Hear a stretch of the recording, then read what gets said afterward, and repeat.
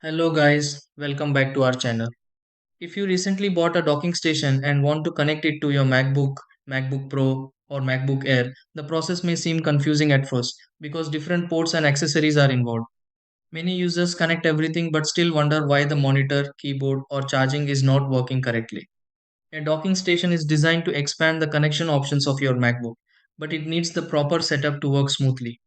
Depending on your MacBook model, you may also need the correct cable or adapter for the best results.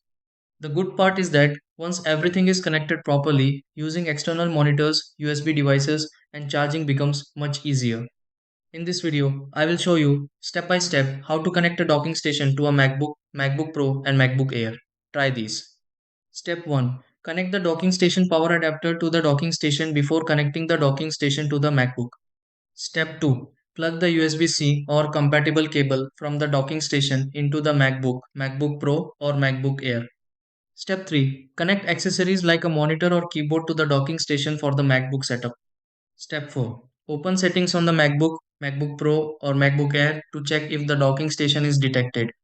Step 5. Restart the MacBook connected to the docking station if devices are not showing properly. Step 6. Confirm the docking station is working by testing charging, display or connected devices with the MacBook.